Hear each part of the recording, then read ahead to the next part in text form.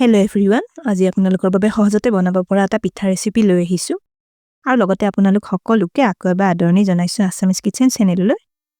আজিৰ পিঠা ৰেচিপিটো মই ঘৰতে থকা একেবাৰে কম বস্তুৰে বনাইছো আৰু এই পিঠাটো খুব কম সময়তে বনাই খাব পৰা যায়। খাবলৈ খুবেই ভাল লাগে এই পিঠাটো। আশা কৰো আপোনালোকে আজিৰ ৰেচিপিটো নিশ্চয় ভাল পাব। তেনেহলে ভিডিওটো শেষলৈকে চাই থাকিব। আজি পিঠা ৰেচিপিটো বনাবলৈ মই ব্যৱহাৰ কৰা ইনগ্ৰেডিয়েন্টছখিনি আপোনালোকে স্ক্ৰীনত দেখিবলৈ পাইছে। এয়া প্ৰথমতে মই আধা কাপ মিহিকৈ কাটি লোৱা গুড় লৈছো। এইখিনি বাটি এটাত দি ললো।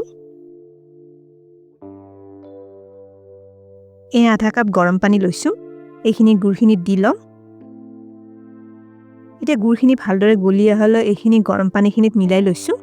আপোনালোকে গুড়খিনি গৰম পানীত এবাৰ উতলাই লৈ গলাই লবও পাৰে। এয়া গুড়খিনি চাওক ভালদৰে গলি মিহলি হৈ পৰিছে। এতিয়া এইখিনি ঠাণ্ডা হ'বলৈ থৈ দিম। ঠাণ্ডা হোৱাৰ পিছত এইখিনি এবাৰ চেকি লম। এইফালে আন এটা বাচনত এয়া 1.5 কাপ মান কেঁচা পিঠাগুড়ি দি লম। ইয়াতে আপোনালোকে যিকোনো ভাত খোৱা চাউলৰ পিঠাগুড়ি ব্যৱহাৰ কৰিব পাৰে। পিঠাগুড়িখিনিতে অকণমান নিমখ দি লৈছো। নিমখখিনি পিঠাগুড়িখিনিত এবাৰ মিলাই লম। এতিয়া ডাঙৰ চামুচেৰে এয়া 2 চামুচ ঘি পিঠাগুড়িখিনিত দি লম।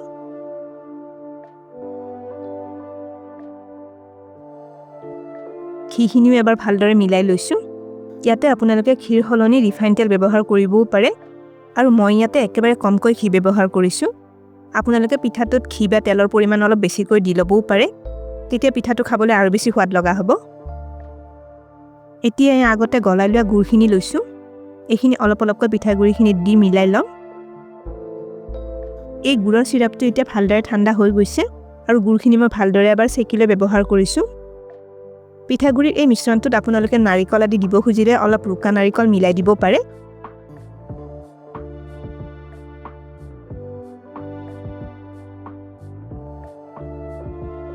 গুড়খিনি মিলাই লোৱাৰ পিছত এয়া দেখিছেনে পিঠাগুড়ি মিশ্ৰণটো শুকান শুকান হৈ আছে। এতিয়া এয়া মই অলপ গৰম কৰি ঠাণ্ডা কৰি লোৱা গাখীৰ লৈছো। এইখিনি ইয়াতে দি লম। গাখীৰখিনি দি আকৌ পিঠাগুড়িখিনি ভালদৰে এবাৰ মিলাই লম। এয়া চাওক পিঠাগুড়ি মিশ্ৰণটো ভালদৰে মিলাই ললো। এইখিনি এতিয়া ভালদৰে 2-3 মিনিটমান এইদৰে ফেটি লম। তেতিয়া এইখিনি আৰু ভালদৰে মিহি হৈ পৰিব। ইয়াতে মই আধা কাপতকৈ অলপ কমকৈ গাখীৰ ব্যৱহাৰ কৰিছো। গাখীৰ অলপ দি ল'লে পিঠাটো খাবলৈ বেছি সোৱাদ লগা হয়। এইখিনিতে এটা ৰিকুৱেষ্ট কৰিলো, ভিডিওটো চাই ভাল পালে লাইক আৰু শ্বেয়াৰ কৰি দিব।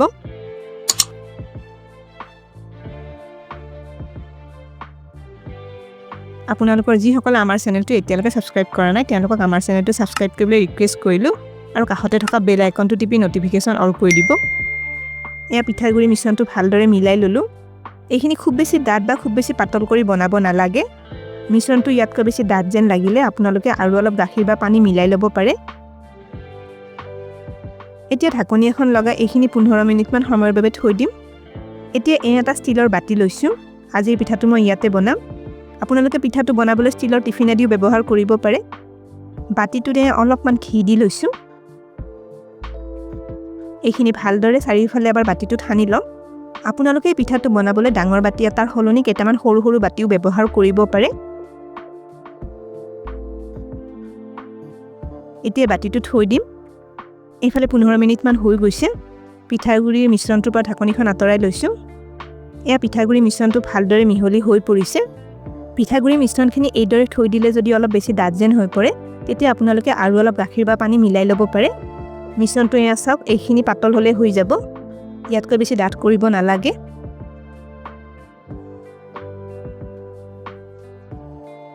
এতিয়া 1 চামুচ বেকিং পাউডাৰ লৈছো।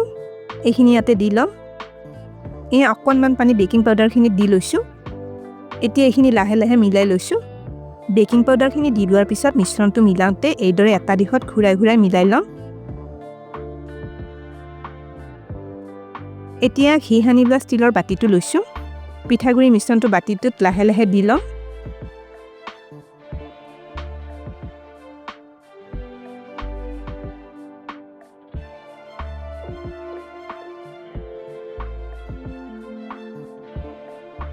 পিঠাটো এতিয়া সিজিবলৈ দিম।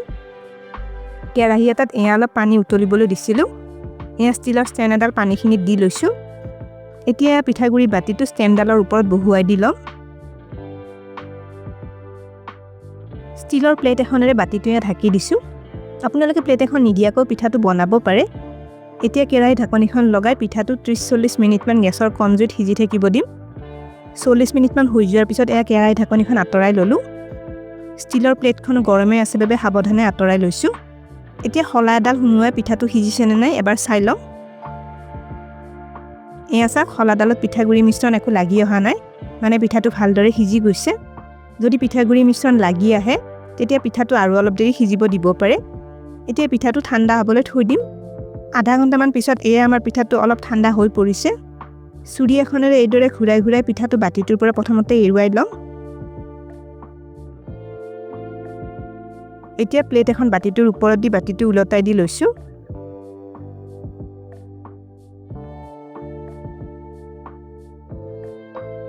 এয়া চাওক বাতিটোৰ পৰা পিঠাটো উলিয়াই ল'লোঁ। তেল বা ঘি অলপ বাতিটোত সানি ল'লে পিঠাটো ধুনীয়াকৈ ওলাই আহে। এতিয়া চুৰি এখনেৰে পিঠাটো এইদৰে কাটি কাটি ল'ম।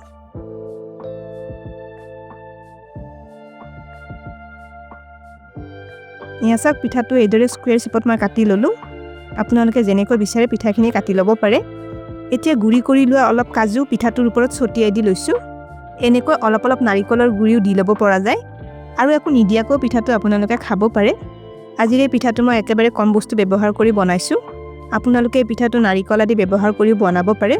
তেতিয়া পিঠাটো খাবলৈ কিন্তু আৰু বেছি সোৱাদ লগা হ'ব। গৰম চাহ একাপৰ লগত এই পিঠাটো খাবলৈ খুবেই ভাল লাগে। তেনেহ'লে আজিৰ পিঠা ৰেচিপিটো আপোনালোকে কেনে পালে কমেণ্ট কৰি নিশ্চয় জনাব। ভিডিঅ'টো শেষলৈকে চোৱাৰ বাবে অশেষ ধন্যবাদ জনালোঁ, আৰু ভিডিঅ'টো ভাল পালে লাইক আৰু শ্বেয়াৰ কৰি দিব। স্ক্ৰীনত দেখা পোৱা ৰেচিপিকেইটা চাবলৈ মই ৰিকমেণ্ড কৰিলোঁ। ভিডিঅ'কেইটা চাবলৈ ৰেচিপিটোৰ ফটোখনৰ ওপৰত ক্লিক কৰিলেই হ'ল। তেনেহ'লে আজিলৈ আহিছোঁ, আকৌ লগ পাম আৰু এটা নতুন ৰেচিপি ভিডিঅ'ৰ সৈতে।